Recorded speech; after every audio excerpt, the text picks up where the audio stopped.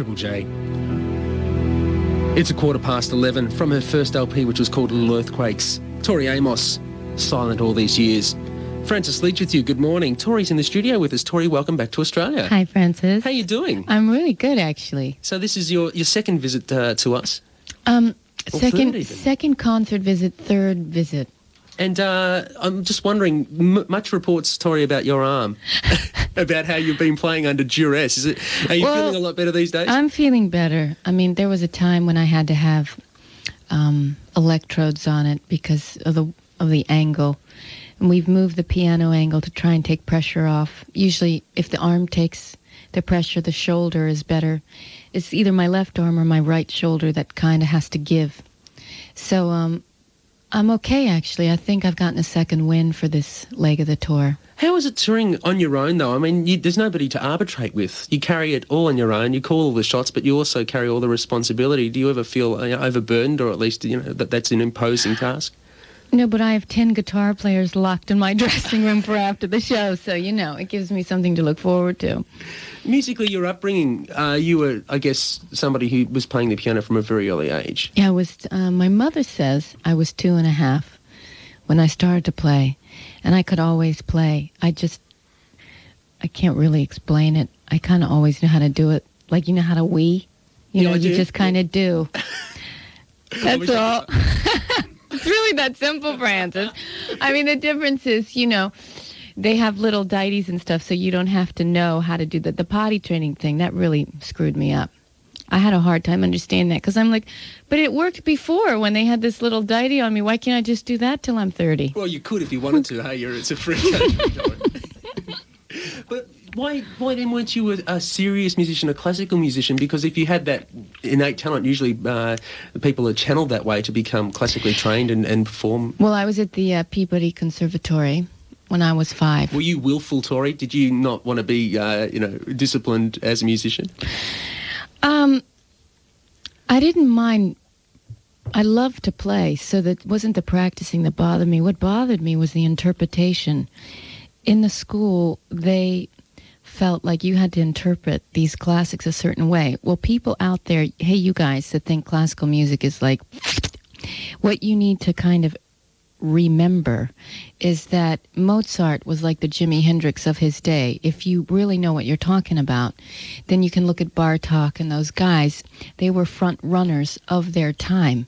So they weren't accepted in their time. They broke a lot of rules, were on the outskirts of the musical society, most of the times died poor. Their music wasn't heard of until much later, and they changed the face of music. Well, now, in this century, a lot of them became the hoity-toity, stinky cheese, expensive wine, those idiots that put on that music that have cut their balls off and have no passion. They would play this music. So to win the competitions, a lot of times you had to interpret it the way that these people felt like it should be interpreted. And I said, hang on a minute, these were the Jimi Hendrix of their time. We're interpreting their music wrong. So I got kicked out when I was 11. Fair enough, because it was more of a form thing rather than a feel. Is that what they totally missed the point. They missed the point of where this music had come from, but to win the competitions. So who were the passionate songwriters that inspired you as a young person to start writing? Well, John Lennon was probably a huge influence. I think his balance of humor and yet very candid stuff. Compassion. Yeah, he had a weird way. And he was a naughty little boy, too, which I kind of loved. And, of course, Zeppelin. I studied guitar player so that I wouldn't steal. Really? Yeah, as a piano player, I didn't want, to... There were only 3 or 4, but still, Ray Charles, Jerry Lee Lewis, Elton John.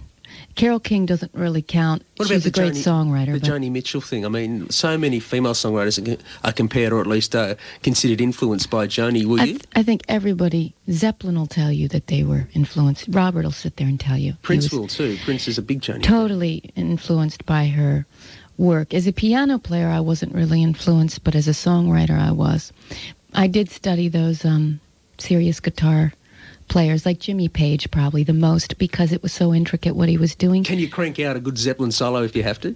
I think so. I mean, We'd I- like to see that, I Tori. As an encore tonight. Well, I totally change it when I'm at the piano. I mean, obviously, because it's such a different instrument, I don't have the pedals or the delays. What the piano has is a great sustain. So I take it into a different form. Women respond very passionately to your work, not only women, but particularly women. And I'm just wondering why that is such an extraordinary response to what you say in your songs. Is it because there isn't a dialogue for them in most contemporary rock and roll, do you think?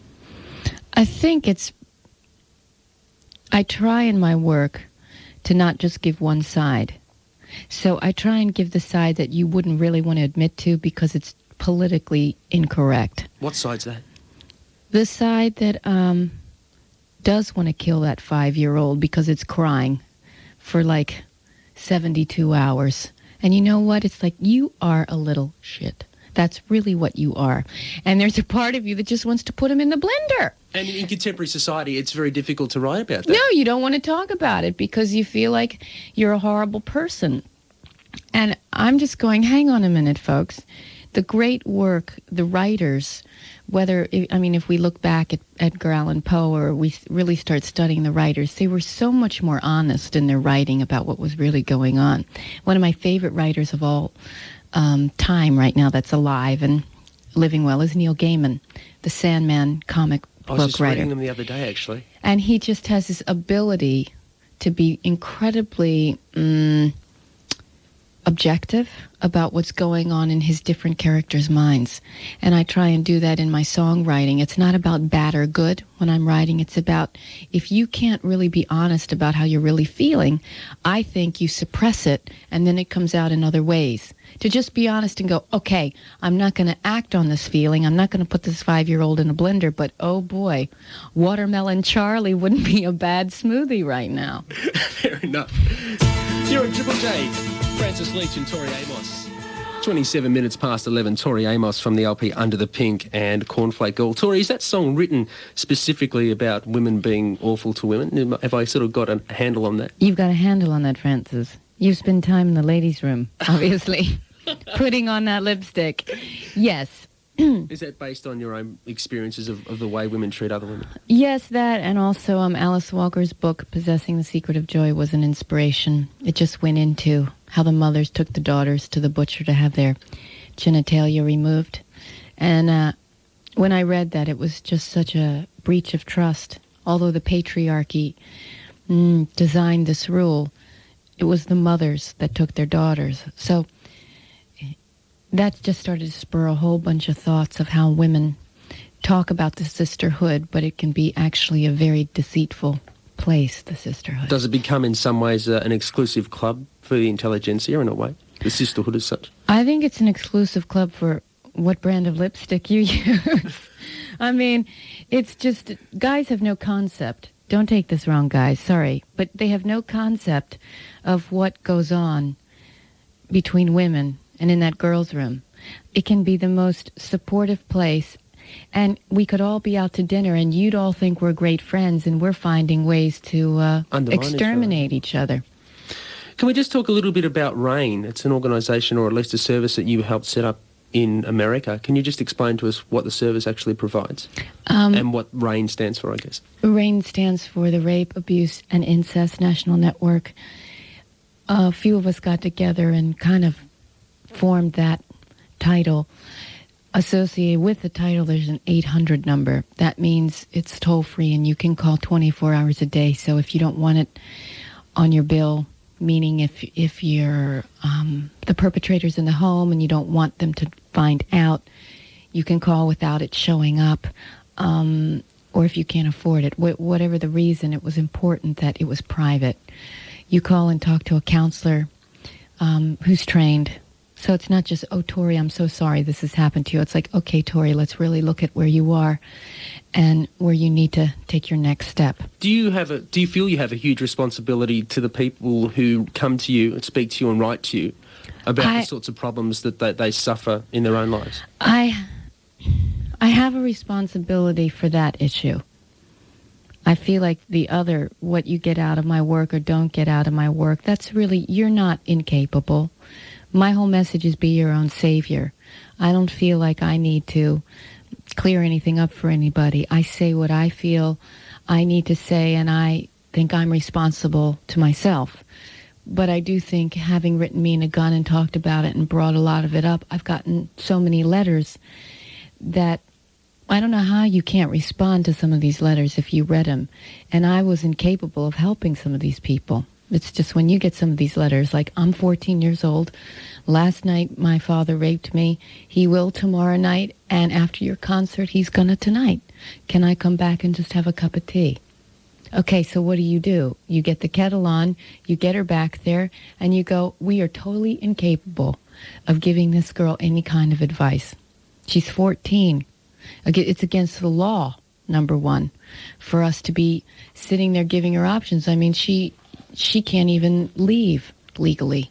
So it was what can we do? So we got together, all the rape crisis centers in the States, there are 341 of them, and they're all connected into this hotline.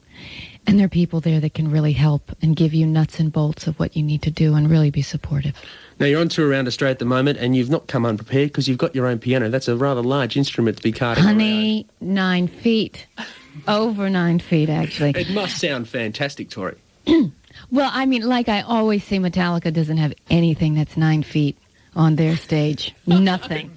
So I feel quite good about it. And I do have Metallica's mixing board. Do you? So, yeah. Does that make it a very loud experience now? Yeah. Odin rules. I mean, I have my... Yeah, I feel really good about that. Oh, I'm glad. It makes me feel good too. So tonight and on the tour, are we going to be hearing some new material? Have you been writing? Or is No. No. Oh, sorry. No. No, I never do that. Just because it's like, it's not time for that. So you need to have space and time and... Yeah. Okay. Well, thanks for coming by today. Thanks, Francis. No worries. And let's give a quick rundown of your dates. You are starting on Saturday night in Melbourne. Tonight, right? Sorry. God damn it. Get it together at the Concert Hall, and then Saturday night in Melbourne again. On Sunday, December the 4th at Brisbane's Concert Hall, and you're doing a matinee show as well, is that right? I'm doing 2 shows. You're a busy girl.